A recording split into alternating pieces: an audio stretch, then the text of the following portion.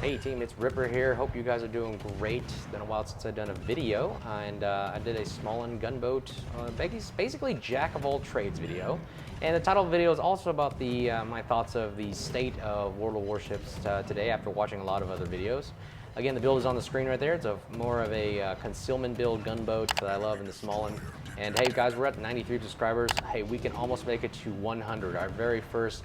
I didn't think I'd be able to do it. This was just started off as a fun thing, and it actually is. It's actually picking up some steam. I love your guys' support. Appreciate all you guys do, and let's see if we can get to 100 and on and on and on and beyond. Okay, so the Smaland, This is one of my favorite gunboats. I think a lot of other people out there that play this game love the Smaland in the sense that it's a jack of all trades ship. It's one of the fastest firing gunboats. It's got radar, it's got torpedoes, it's got one of the best AA in the game, kind of like Holland level AA.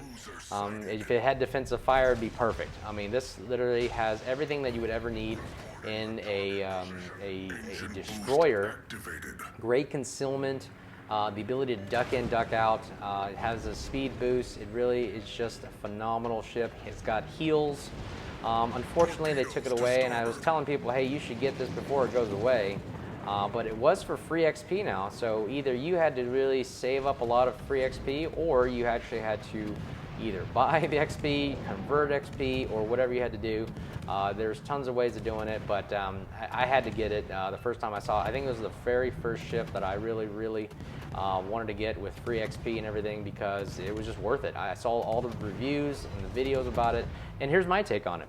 It's one of the fastest gunboats out there. I mean, if you look at it, just look at the bottom screen there with every time the gun fires, you'll see a number pop up, and that's the reload. 1.2 seconds, and I've only lost maybe a quarter of my health. AR kicks in when I'm detected. You know, the Fearless Brawler, which doesn't take away concealment anymore, by the way, kicks in, and just look how fast we're just taking down this Holland. I mean, he's just going, nope, no thank you. Let's get out of here. My brethren, European destroyer, has more guns firing at me. Look at this. Look how many shells to his shells output. I mean, we are just raining destruction and mayhem on him. And he is just trying to get out there and get away. And he knows I have the radar. He knows that, hey, you know, I got to get out of 7.5 range, and that way we can just duck, and there you go. So that's the tactic you do for against the Smaland. You really just run away 7.5 kilometers away and go quiet.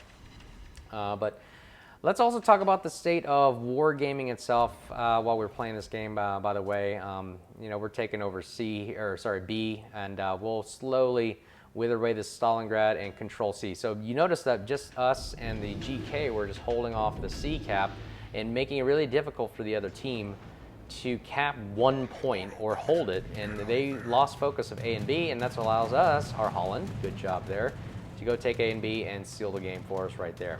And the FDR, also one of my favorite aircraft carriers. I know you guys that don't like aircraft carriers don't like to say that, but we're going up against it, and I think the Smaland can handle its own against an FDR. It's pretty awesome, a really strong aircraft carrier. Yeah, the Smaland can really handle it all and on its own. But let's talk about while we're docking these ships and taking on aircraft at the same time, the state of wargaming in the world ships, in my opinion, because I know everybody loves hearing about it, and I also have a take on it as well.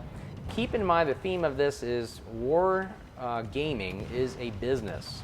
So I'm a business owner as well. You got to realize people don't start businesses to give comfort to other people. It really is not the case.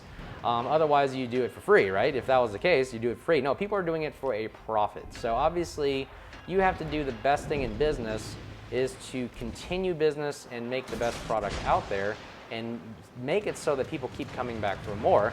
I always use the analogy of an exterminator. Like, you don't want to kill all your, you don't want to have the most perfect exterminator, because if he kills off all the cockroaches or all the bugs or everything, you're out of business, right? So business will never ever make a perfect product, because in a sense, the nature and definition of business, you would eliminate yourself, because if you make the most pristine, perfect product that also eliminates you completely, that's not the case. So you guys have to make, I'm sorry to say, just a good enough product to get the customer to come back for more, but also keep you in business.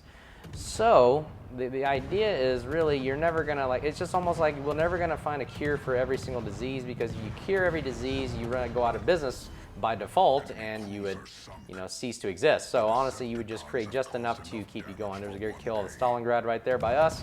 And just look at this. Here comes Mr. Holland again.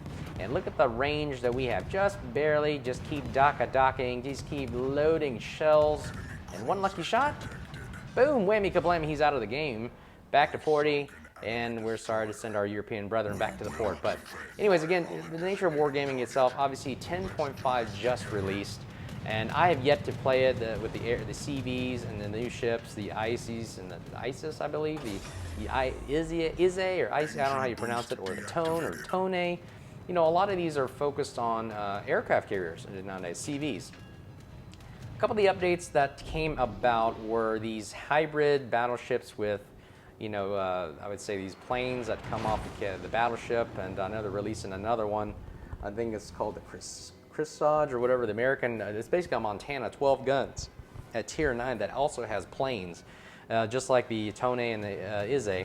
And it is crazy now that it's a lot of focus on airplanes. I mean, it almost seems like I've laughed. I've seen a couple memes about this as World of War planes or World of War ships nowadays, right?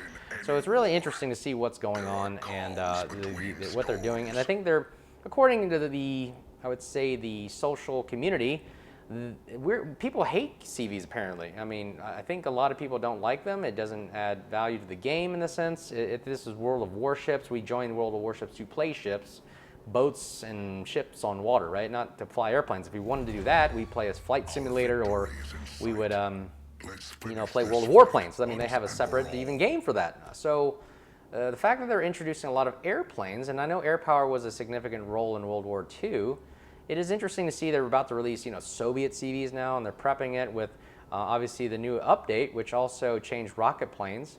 Rocket planes now are in the delay. They shoot guns first to show you a really cool effect. I have yet to see it and see how it will work, especially with the FDR. Those rocket planes are horrendously slow and very delayed. And watch how and here's a great example, right? This scene right here.